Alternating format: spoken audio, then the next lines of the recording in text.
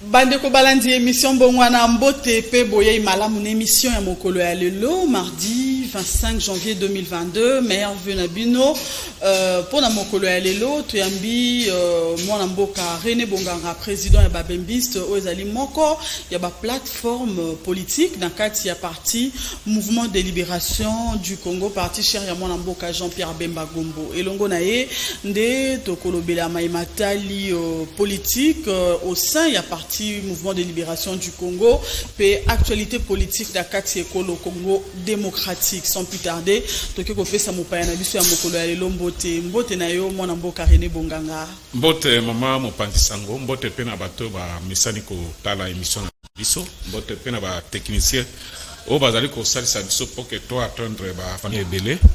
Merci aussi pour l'invitation. Merci. Pour Zambula et Sikambala et Liboso Tokutana na plateau en Bongwana na Mbulao 2022. Merci beaucoup aussi nako zoom selao yango na zoom fi bato nyoso bazola na biso. OK, tokoti mbala moko na kati ya masolo bikolo eleki président national ya MLC mwana mboka Jean-Pierre Bemba Gombo auti ko sala quelques nominations au sein ya parti. Okoye ko limboela biso ba changer ba poste nini na nani ba pesi nani esika nini epona nini kaka sikoyo eza pona ko motiver to ko lendisa penza ba troupe to eza na kati ya parti na bino kaka bolobi te to moni makambo zo tambola penza te tikato changer moi bato na ba poste na bango. Merci beaucoup Mopanzi Sango. Je pense que au bele bongo ndenge uti koloba mukonzi ya parti na biso président national du MLC otobenga kae prophète politique a uti ko procéder na quelques nominations na ba organe ya parti notamment Ligue des femmes na Ligue des femmes ya tiebongo mama Koi Mafuta oyo bato bayebi azali chef d'honneur politique azalaki d'abord sénatrice honoraire et puis Azala Kapé Kala, gouverneur à Congo central. Je pense qu'il y a une expérience et toujours espérer qu'avec qui Makambo Kotambola Boy Sengeli. Azali mon côté, Azali P secondé na madame Denise Villa ou Azali Molandinaye. Bango nyonso yo mukonzete bango confiance peut à placer bango nisikawana. Je sais que mukonzi Azali moto Azali koyeba ndenge parti et Azali Kotambola. Bongo soki a eu décision à tia bangoana. Yebi pourquoi tia bangoana. Nous espérons bien que bakosala pe musala malam. Na kombo ya lingomba na ngai ba bembis. Nazali ko féliciter bango pe ko souhaiter bango musala malam. Ba nomination au salamika kana kati ya Ligue de femmes ou bien ezana ba place mususu ba poste mususu au sein ya parti ba remplacer pe bateau. Bon, je sais que na fédération ya Tchangu D na Tchangu 3 ba chanzaki pe bato mususu neti na Tchangu D ba tiaki honorable Clovis Samba na place wana. Donc je sais que avec le temps ba changement ezali ko sala mamoni mbula sikeya kana makambo ebele ba kotala est-ce que bon bila ya une année zalaki ndenge nini ba tabler sur poste mutu na mutu batali est-ce que awe bongaki bona boye bakoko bongisa wapi esenga toujours sale mandengo wana neto mona ngabata mususu atana ba gouvernement ba remaniement sale makati donc ezala pona kuluka ba énergie asika de façon que musala eki ndalibuso mbula 2021 euti kosila tokoti mbula esika 2022 2021 pezala qui marqué na makambo ebele ba covid epai o elinko tika batote sur le plan politique mo makambo leka ki ebele ko dresser bilan liboso ya parti mouvement de libération du Congo et puis bilan ya lisanga ozo kamba babengi babembiste. Merci beaucoup. Je pense que MLC comme parti politique bilan na biso ezala toujours positif bien que objectif il y a parti politique comme union césar en tête parce que objectif ya parti politique union césar à cause au pouvoir. Alors je pense que tout parti histoire quand on a élection en 2006 boyebi ba résultat na 2018 yawa je pense que oui les cas qui boyebi mais to zali ko lembate to zali ko travailler mais ce qui na lobina relever moi ba biloko mususu oui ko laksa que MLC zali parti politique ya munene ce qui tangi 3 ou 5 partis politiques MLC ko zana 4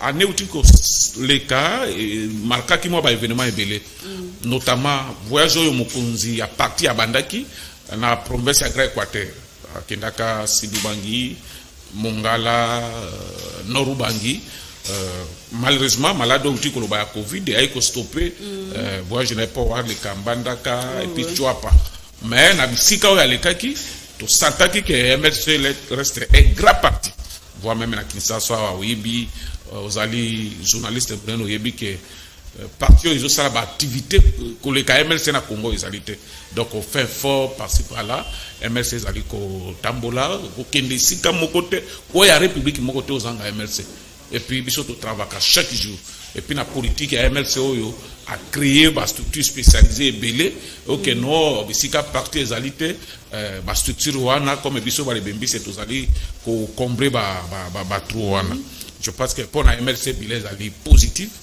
MLC ali partout corps responsable tous ali bien implanté dans tout le temps de la République voire même à l'extérieur du pays donc et toko prouver en côté ba congolais ba ngomoko ba yebi maintenant notre atteindre objectif na bisoté yango tozo senga na bato ba ya ba rejoindre biso ba ya na famille politique à MLC parce que nous sommes fiers na leader na biso vision oyo azana yango ezali ko laksa que un jour soki akoy mukonzi et ko zala bien parce que tozana politicien moko azali exceptionnel omoni politique et pas na biso bato belé ba sala kayango comme chemin raccourci osomona nazalaki na lupangu te na koma politicien koma député na somba lupangu mais ye ezabongo te atika ki ba mapango atiki ma su atiki ba avion atiki tout ami bonzi pona école donc azali politicien moko c'est difficile aux amis balé be misato na Congo osomona po bato susu bayaka bonaboy akoma boy po azwa azalaki boyte akomi na villa bonaboy mais ye abotamaki na ba villa akutaki ba villa azana ngo mais abandonné yango pona politique c'est pour l'intérêt à peuple congolais. Au moment même il y a les cas qui 10 ans. Soit azalaki mutumsusu famille bakolo ba tout cas on risque vina yo il faut faire dans la bana bonabo mais jusqu'à présent azali ko abandonner. Voilà ma conviction na ye litina ya so continuer na yango ti jusqu'à MLC ko joie pouvoir. Alors le baki pe bila pona babembi c'est comme moi je pense que Sengo biso babembi c'est ali que en 2001 to sali makas na Nord Kivu, tous allés implantés, commençant par Villa Goma, Villa Butembo, na Villa Beni. Tous allés aussi na Congo central, ezalana Boma, tout comme Mwanda, tous allés aussi na Boka Msusuneti Kindu, la province de Maniema, Kindu tous allés, d'ici là, tous appelés na Sakuru, donc Muke, na Sako tenu compte na Bandaka, Sidubangi, Norubangi, tout ça presque partout. Maintenant, nous avons ici 26 provinces. Alors, je pense que dans 2022, nous avons ça effort, nous avons ça plantation na biso bisika wana nyos. Mais, je pense que aux Alanabiso, chaque fois, nous sommes sur le terrain pour travailler parce que biso nous avons 12 apôtres. Nous avons benga bandimi baya bakota na grande famille à MLC. C'est pour ça que nous avons benga kali bembiste. Bemba totalaka d'abord sacrifice au mona mubali wana sala yango to bibenga bembiste abandonna ki tout pour intérêt à Congo c'est pour ça que bembiste objectif na biso zali d'abord soutenir parce que tu es sûr très convaincu na vision azana yango que so to convaincre batu nyonso atuka mboka we ko changer et puis que mona mboka René Bonganga bato mingi pe bazomi tuna président Jean-Pierre Bemba na kati ya ekolo Congo aza vraiment aza na province aza na Kinshasa aza wapi donc na kati ekolo Congo on dirait afandi malgré ba makambo nyonso ya politique ezali koleka to ebiete politique na mikolo elingani notamment na ngambu ya ba partenaire politique na bino ya UDPS kuna makambo za mais kino sikoyo toyo kité ata asa la déclaration boye asa donc pona kolobana beaucoup c'est silence ya Jean-Pierre Bemba Gombo ezokamu sape ezobangi sabato. Non, je pense que question na tukuta na yango na ba itandu ikemingi tulekaka. Impression de biso ezali ke ba congolais balingi Bemba. E balinga koyoka emingi. Ezo expliquer que ba kotaka mingi sirié. Mais réponse to pesa na batwana que Bemba jamais a ko décevoir bango. Na lobaki yango ne bandelia. L'unique politicien qui a abandonné ba richesse, abandonné bomengone nyos, amitika pona ekolo ya Congo. Et net azali kimia ba yeba te que o abandonné bango tout ça. Yo moko uti ko rappeler awa que non uti ko nommer tout ça. A nommer na MLC. Parce que azali numéro 1 ya MLC. Vous comprenez? Yango azo poser ba acte wana pour partir à la madame. Et ce qui azali ko poser ba acte. Pourquoi on a souci que parti ne tamboura bien? Je pense que ça dit une réponse na bateau bazo compter sur lui. Mais jusque là azali tozali une union sacrée.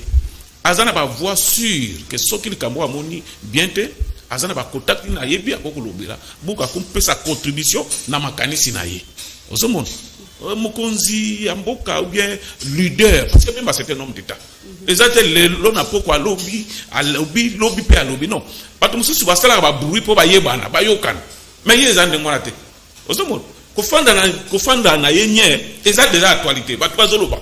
Ça n'a pas été côté que non, les lois à lobby, non.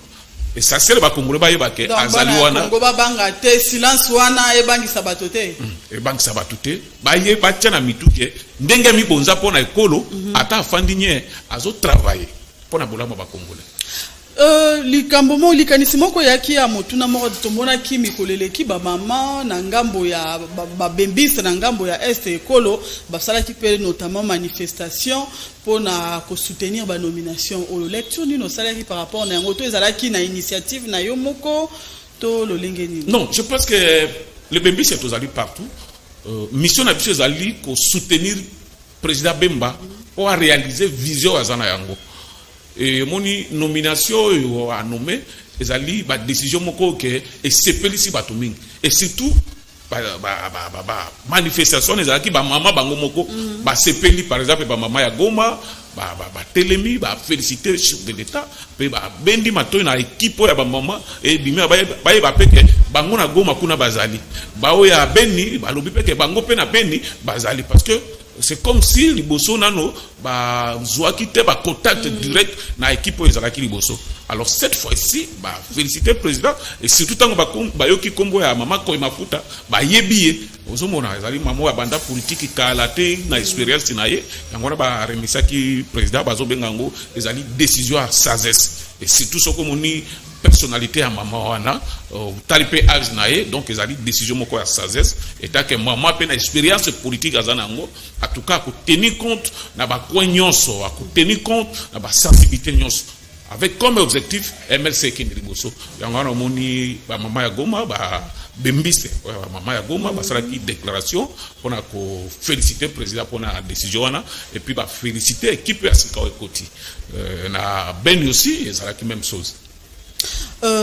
To kende mbala moko 24 janvier ezalaki hier 3 ans déjà depuis mokonzi ya mboka Félix Antoine Tshisekedi Tshilombo apretaki serment liboso ya population pe liboso ya nzambe ndenge balobaka la pinda ina miso ya bato pe na miso ya nzambe pona kokamba mboka Congo démocratique. Kambaki yango tomoni mikoleleki ba promesse biso no sotozolanda chef de l'état ba discours na ye ba déclaration na ye makambo nyonso kobanda le 24 janvier de 2019 kino tokomi lelo le 24 janvier 2022 bilan ni noko ko dresser par rapport na yango. Bon voilà toko lo ba ezali bilan mi parcours parce que mandana ina lucidité 3 ans déjà. 3 ans, là, ils ont mutisé, à mon sens. Il y a positif tout comme du négatif. Donc, il y a aussi des ratés. Je pense que ce qui te rappelle, mon collègue Liboso, au président de la République a prêté serment, c'est tout à fait normal que tu aies un espoir mingi. Parce que tant que tu vas voter sur la promesse à Sali, et bah moni que la promesse au projet de société au Moutaï Nango, en tout cas, ceux qui a l'équipe. Peuple causera bien. Moni, dimaki d'abord pour la promesse. C'est tout à fait normal que espoir est zalaki. Et surtout, ce n'est pas n'importe qui. C'est Félix Tshisekedi.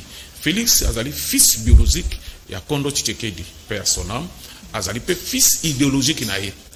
Donc, c'est le combat oyo, papa, et Etienne Tshisekedi, abandai ko munda, bato ba espérer ki mingi ke non soki Félix Tshisekedi, son fils biologique et fils idéologique, en tout cas, et cause à la malam, slogan otozo lo bango lelo le peuple d'abord ezalaki le papa na ye abandai koloba yango espoir ezalaki mingi bon il est vrai ndenge makambo ezoleka te ndenge congolais nyonso abandai kokana mais au moins tokokondima peke moi ba signaux fort ezali ozomona tokoloba peke bon moi ba volonté ya kosala ezali parce que bato babosana omoni bakoko pesa ata mandat mobimba osali mandat moko renouvelable une fois oko silisaka ba problème oyo eza na pays na yo te mais ce qui est important ezali ke obandi ba otiki ba base ya bien oyo aye ya bandi omoni neti États-Unis sikoyo ezali c'est pays développé tokoloba ke ezali premier pays ezali développé na monde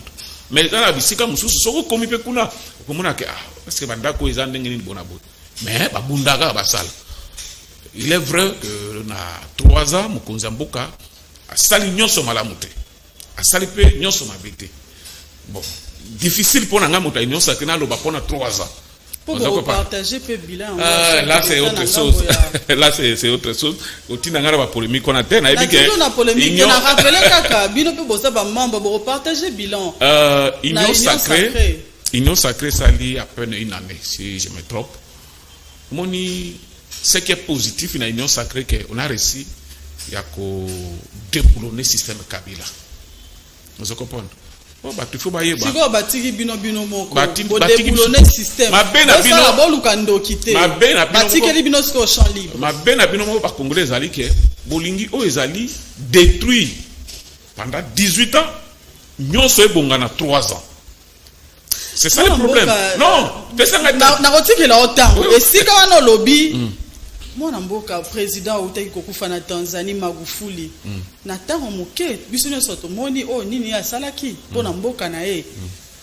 Mona mboka René Bonganga discours wana bozolinga kozongiza ngo trop nazoyoka ngo mingi na ngambo na bino union sacrée mboko ese kufa 18 ans mboko bozwi susu na ya Mobutu lokwa Mobutu asala ke eloko moko ya malunga te boto sangisi na 32 ans. Moi je parlais de 18 ans.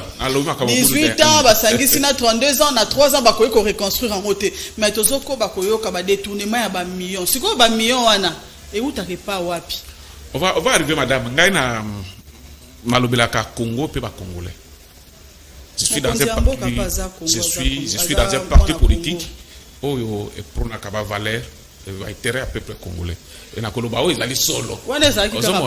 Oui, bah tellement on a zoka que oh bolobi pe kufi, surtout lobi pe kufi oui parce que Kabila aboma ki zekamini. Oui zekamini banda kufuta bato combien na Congo. Mobutu atika ki yango. Po bato musu ba salere ba tia matango Mobutu atika zekamini. Maintenant na bumi yango eza Kabila. Oui bien bien. Miba bandé ko futa bato combien na Congo? Qui a tué ça? C'est résumé Kabila. Vous comprenez? 18 ans bakay batikeli biso mai kaka ndenge ezalaki. 18 ans bakay batikeli biso réside les kaka ndenge ezalaki. To rappeler ba congolais po baye ba po tozo mona tozo kutana na batango pe na ba plateau ba solo ba no bino bona mo. Mais ils n'ont pas réussi ya ko bongsa mai. Ba congolais nyonso ba kino en particulier bisika bazali bazwa ka maya komela ba échoué pendant 18 ans.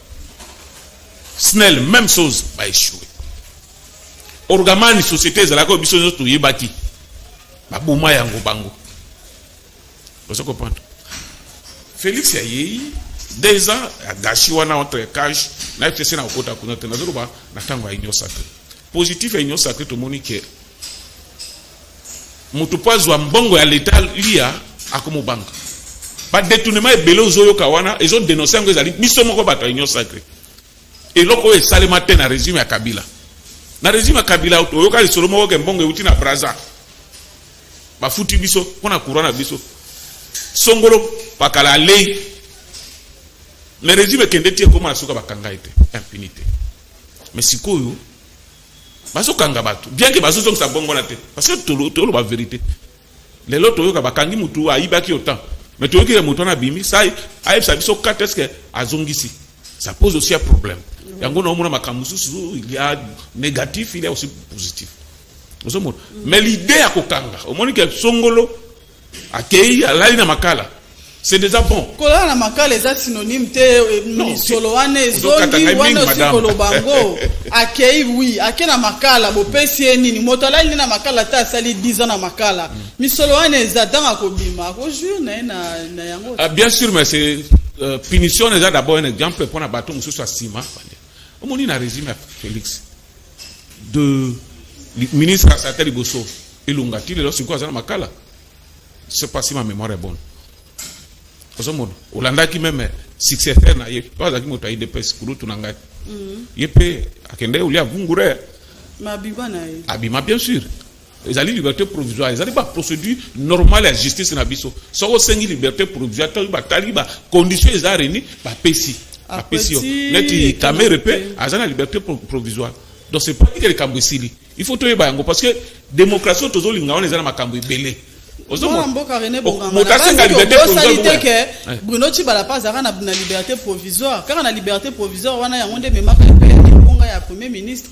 Ce sont des choses qui arrivent mais toyeba que na régime oyo bato bazali inquiété kolo po lia mbongo à l'état il faut ebela ezani ngeza ali boso te ba yebi ke tel a détourné bu ya fandi bu boso ezalaki bizolo bambi azolo ba ke mbongo chaque année ezobunga 15 milliards. Mais ça, vous avez bakata mutu moko azala inquiété pour la boue. De l'eau est de ngonate. Olu la ndi chef de l'État qui na Kasai. Ba détournement et salmi kuna. Les alliés opposition te bato ba dénoncer ngo ezali biso moko bato a union sacrée et puis ba enquête ezo salema. Ezala na entourage du chef d'État ou pas. Il faut pas s'actionner parce que les alliés mbongo ya président de la République ni ya famille na mais les alliés mbongo à République. Il faut bato nyonso ba mona clair na likambona. Les alliés droit ba congolais nyonso. Vous comprenez? Donc, c'est la justice moko sélective. Vous comprenez? Justice est convaincre Batou. N'a pas outil que le makamusu solo ba nous en a raison. Bako kanga muto ke no muto yo aibaki 58 millions de dollars. A quelle prison? Ti abimi. Ah. Caution combien a foutu pour la liberté provisoire wana. Et là on est là tike ba mbongo yo aibi ko zonga po pesa. Ba élément yo bino obimisie des arènes zanini. Biloko nini bokangi ke soka kimi ko passer na bambongo à Ibi. Là aussi ça pose problème. Donc justice est là na makambona bien parce que c'est la justice moko indépendante. Ce qui va tiki mutu ba congolais ba la convaincu que en tout cas azaki na droit pour mériter liberté wana. Donc c'est ça. Moi na mboka René Bonganga. To monaki Cash Alliance Kabwani, Cash FCC et comité Union sacrée allez remaniement ba ministre Asika gouvernement ba warrior biso nyonso to beta ki maboko to lobi cette fois-ci ba warrior penza ba guerrier donc makambutu OK lelo to ebite soki ba warrior ngo balali pongi soki ba pesi bango peloko nini ba lei o ba bosani population tozo kaka kuna eloko ekei boy o ba warrior ba komi kondongwana ba conseiller o ba conseiller mokonzi ya mboka ba komi kozwa ba attribution na bango tozoye ba lisusu te to changer bango kombo tondidi po ba guerrier ba warrior bazo sala to lo bayango vraiment polele moi en tant que peuple congolais na koloba yango eloko moko te tozomona na oyo sama lukonde na gouvernement na ebalaka kibato quelques-uns to roboya te eza na moi quelques ministres bazo sala mosala na bango comme il faut. Mais gouvernement nyonso ya ba warrior dans l'ensemble na ndenge oyo population zelela ki bango na koye koloba makambozo leka mabe makasi. Merci beaucoup madame. Je pense que vous en avez raison. Ce qui nyonso etamboli malamu avantage na chef de l'État parce que nyonso ezali ko tamboma selon vision na ye. Yangona baloba ke non. Après chaque mandat, Moutou a redevable vis-à-vis de la population et de la président de la République. Parce que nous sommes les ça les masses supervision. Mais il est vrai au Tikolo Bayango, c'est difficile tout ça là, bilamoko sélectif. Pas tout nous sommes bazar andenge aux orobate. Pas détournement ils ont seulement peine à secteur mais au moins tu peux féliciter ministère de Moussou. Bien que na position na ngai ba komona ke na tangi ba komona bango parce que je fais partie na parti politique wana mais ba congolais bango moko bazali ba témoin surtout ko pesa exemple neti madame Bazaiba. Non, bakongole ba contredinga soki onga na zoluba ezali yango te. Est-ce que yebi ke ba mbongo na biso pona ko protéger forêt na biso na régime Kabila banda ko pesa te. Mais cette dame accueilli a convaincre bango ba promesse sûr pour ba pesa biso mbongo na ezali. Et monaka ke ba yaka ko tenter ba corrompre na bureau mbongo ezongaka. Depuis banda oyoka ba histoire wana so yoka likamwa ndenge wana ke ba ye ba pesa ministre mbongo moko boye pour faciliter marché moko boye bongo boy. Est-ce que wana bolobaka yango bolobaka te bombango pourquoi quelque part bo sakolaka sango na ndenge sengeli. Donc toye par exemple toye par exemple gestion ya Covid na ba ministre bazalaki liboso na ministre oyo azali siko. Est-ce que vous avez sous bateau bazo lela non boina boy bona bo. Donc on ozo chaka accent na ba oya bino. Parce que nazala contact na bango na yebi réellement qu'est-ce qui se passe. Ce n'est pas dit que bazaka bango mi bale musu bazale belé, mais il faut le ba oyo ce que lobi ba tunu yo mutuna on peut expliquer comment lobi bongo. C'est tout à fait normal. Au moins gestion ya Covid siko ne tozana. Est-ce que vous avez sous bateau bazo loba bona boye non.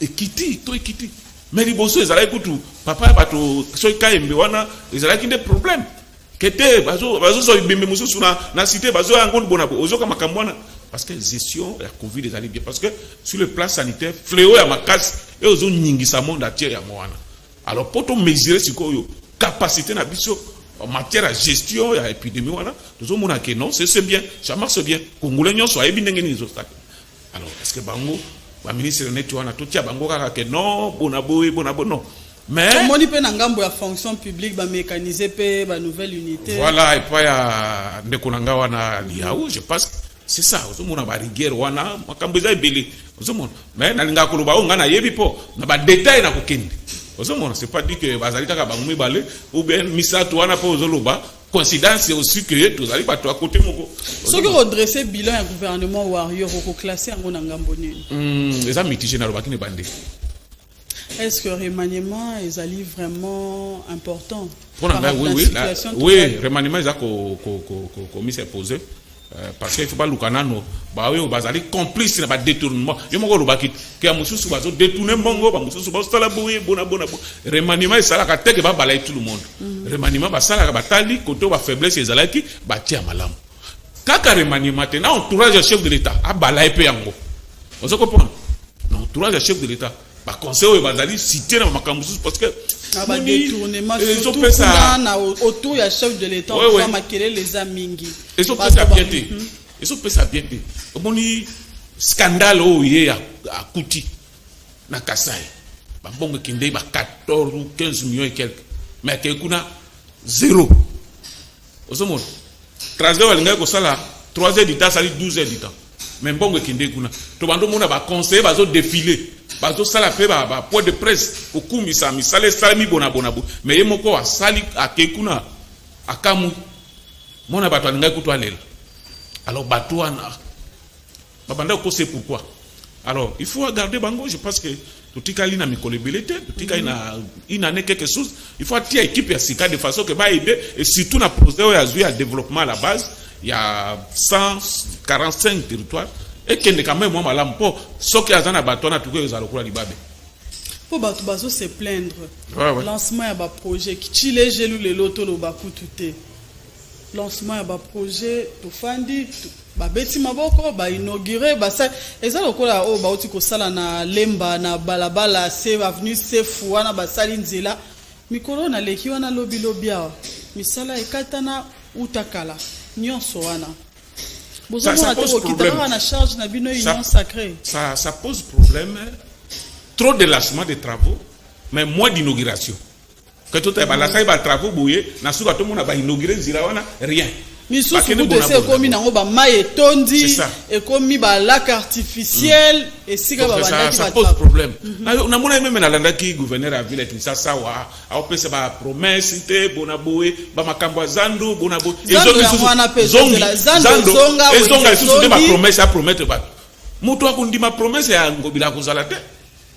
pour amemaki na chef de l'état tina zando mais ti lelo to moni loko te eloko ni na kopesa promesse to dimanche donc je pense que chef de l'état il faut abeta loboko na mesa de façon que sérieux kota ba projet etikali wa ezala esala manenge sala mai liboso te parce que so e continue ka bonga en tout cas c'est scandale 2023 kalate gouverneur ngambo mosusu ya na sango moko tozo ka mingi gouverneur ya Chwapa azo se plaindre pour na ba membre ya MLC alobi bino na bino boza bato ya union sacrée mais bozo tirer trop. Non, je pense que ezali incompréhension. Gouverneur Chwapa ezali moto ya union sacrée. Biso permettre tozana union sacrée. Donc tozana intérêt mon côté à tirer sur lui. Il est vrai, loko mosusu tozo regretter muke ezali que soki ndeko amoni que il y a ça ne va pas, azana manière rebelle ya ko dénoncer yango.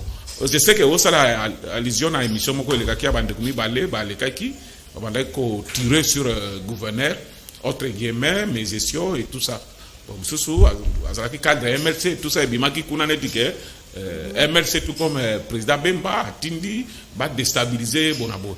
Oyo nazo démati yango avec force que Bemba souci na ye pour na Congo et surtout pour na Grand Équateur ezali fo kimia ezala communauté kala ba utai ko tanga kombo na ye injustement na Mbandaka ou bonabo or souci na ezala ke kimia ezala na Mbandaka kimia komi to moni ba misala ezo salema pour na Chwapa peza ndengwana donc gouverneur azali mota union sacrée biso pe to ba union sacrée so to moni kamabe to ko benga inde andeko awo ezaboni bonabo ke to sala biloko na je pense que Bemba beaucoup tinda ba to te ba déstabiliser progrès moko boye pona boye na tina moko te et surtout ye moko azalaki na voyage pour tambola bamboka wana nyos est-ce que sika o yeli moko alinga ken akolinga ke mubudu esalem non dernièrement utai ko le kana radio liberté abasakus puisque moi mi kakatano pe zala kuna message ne zala ki clair message zala ki akimia ozomon alors message wana je pense que ba de ko bile balanda ki yango biso MLC na exécutif ya Chwapa likambo moko ezalité tozali biso nyonso na MLC na union sacrée donc bana Chwapa baza na kimia likambo moko ezalité souci ya MLC souci ya président Bemba ezalinde ke biso to recruter ba membre belé MLC tonga na ba élection tozo ba député pour monsieur belé tozo ba député national belé ozomon donc c'est très important donc tozana problème moko te na exécutif beto kinde tutinda bato basala bona je pense que ce que zali que exécutif ya Chwapa bandai ko mise kiete que non MLC azo sala bon non ce qui azo sala mabe ou comment ba mécanisme ezali belé parce que tozali bato famille moko union sacrée donc makambona et pana biso ezalité. Mwana mboka René Bonganga na rappelé te ozali président ya babembiste moko ya lisanga na kati ya mouvement de libération du Congo.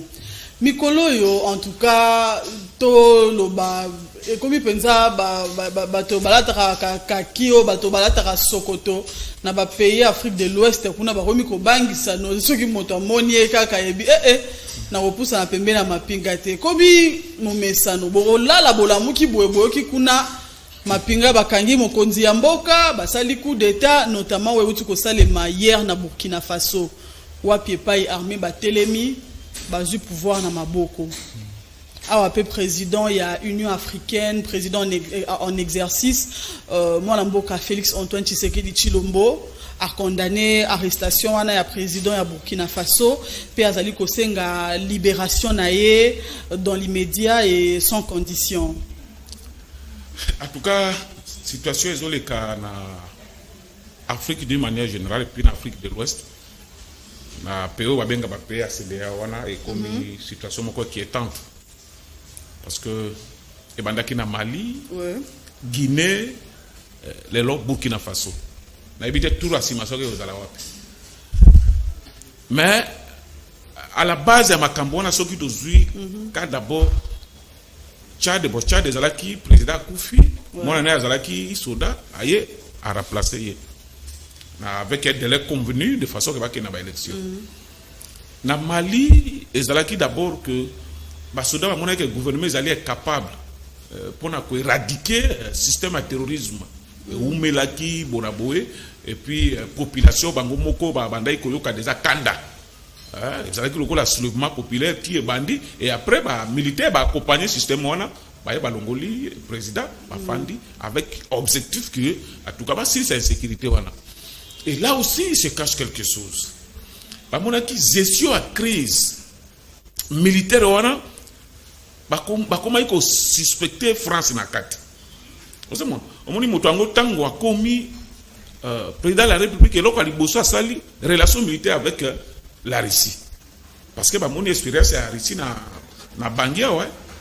Tango français bazali na bangia zala ka ba rébellion bona. Mais tango président Centrafrique a zui baris amoni moi qui me côté rébellion sili. Donc ba comprendre ba français est-ce que bazo jouer rôle moko boyete na Mali pe ndenge wana. Ozomona sikoyo armée malienne comme ko zo ba victoire ming sur ba terrorisme. Alors tango ba français bazalaki di kamboana ezalaki te. Ozomona yango ozomona que légitimité populaire oyo ba soda bazana yango ezali di na yango. Toyeko koma na Guinée. Guinée ezalaki mekotatuma ya population guinéenne. C'était dit à quoi? La violation de la constitution par l'ex-président Condé. Ozomona comme ezalaki président a taillé la constitution na mesure de façon que a mis représenté de nouveau. Et ce qui fait que non, Babiloko wana et comme ça qui malaise bonabouti armée moni moite et kozwa pouvoir. Ozomona toye ko koma oyo uti ko tuna ya Burkina Faso aussi il y a eu un problème. Gouvernement burkinabé et gérer situation de terrorisme bien té. Parce que d'abord kenda qui front pas biloko siri bango ba bengi gouvernement tindra biso rapport bonabo. Ti bazo tindra bango rapport même biloko akolia bandai ko zanga. Et comment qui peut parce que d'abord vous avez minduki na masasi ba bunda nango ba kumde oké ko kota na zamba ko bomba banyama po balia po ratio sila ki bonabo. Directement attaque ya ba terroriste ko salema ba ko perdre au moins 40 militaires mbala moko. Mais à partir ya wana ba soda bazalaki mécontent que non pouvoir oyo ezama besoin satisfaire biso. Si c'est comme ça toujours renverser ngo biso moto zo situation ya maboko. Donc gestion il y a conflit militaire au induire d'abord président Mali akende président Burkina Faso akende. Et ça pose un problème. Donc ezala biso bato tozali ko bunda un jour tozo pouvoir. Tout comme ezala biso bato tozali ko gérer, tozala un peu prudent na makambo susu. Mais Nandila ya mindoki wana eza makambo ko condamner. Oui. Donc ça ezali ko condamner. Je félicite d'abord président de l'Union africaine ndenge abimisi ba déclaration na. Ce n'est pas bien babiloko na utika ngo kala. Que tous ont yango. Ozomona manière mususu a pouvoir à pas ba élection exacte. Donc ils allaient biloko moko faut condamner yango avec beaucoup de force. Tokomi ko poussa na malembe pona ko suki sa émission ya mokolo ya lelo mona mboka René Mbonganga ba manifestation esalemaki na ngambo ya Est Kolo notamment na Nord Kivu na Beni wapi ba jeunes ya ba mouvement citoyen Lusha et autres ba telemi pona koloba trop c'est trop ba boy état de siège. Bazote senga état de siège et sous capot selon bango balobi changement moko ezate na kati ya état de siège ba viol ezokoba na kati ya état de siège ko boma ba massacre ezokoba kaka na kati ya état de siège ba bombe artisanale na kati ya état de siège. Donc bazo vivre avant état de siège selon bango égal après état de donc en plein état de siège bazo ko kalisusu te ba telemaki ba marché kaka na kati ya marche wana likama ye kokoma moko na bango azui basasi pe akufi. Lecture na yo par rapport na yango. Merci beaucoup. Je pense que dans un premier temps, je comprends un peu le boy à bande de biso à Est parce que ce n'est pas bien chaque fois beau la mukaraka ba bomi boye bolali bolamuki ba bomi boye ozali na moninga na yo na tongo na poko yo ka ke ba bomi c'est tout à fait normal ba yo ka passe. Donc je comprends ça comme ras-le-bol. Mais il faut pas contrôler le mouvement parce que oui, l'état de siège est stoppé. Et après, c'est ça la question. Je pense que Bandeko, tant que vous revendiqué, vous avez considéré comme droit na bango, mais vous avez proposé na bakonzi. Vous avez proposé que non. L'état de siège na bino ezo récité mais talandi de lolengeni boko ko sala pour crise oyo esuka, pour bitumba esuka. Pourtant, vous avez dit que non, état de siège, stop, échoué, et si là. Et après. Même si vous allez envoyer, je pense qu'il faut appeler ça la proposition concrète. Que non, méthode de procéder dans les aliments, botika ou et salande boy. Donc bandeko soki bako sala manifestation ezali droit voulu par notre constitution, mais il faut ba sala ba memo ba expliquer d'abord lolenge nini bango ba moni comment conflit ko possible. Ça peut aider parce que bango ba bazali sur le terrain, bango ba bazali ko vivre ma makambo na nyos bako ozanga ba piste de solution te ya ko soumettre na ba autorité pour ba locale quoi c'est moi comment pas mettre fin na yango mais tant bazolo ba non te to boy état de boy bona suka e ko suka ndengeni po ennemi azali toujours wana. Merci beaucoup moi mboka René Bonganga to komi na suka message na yo na bato yo zali ko kamba na kati ya lisanga ba bengi ba bembiste.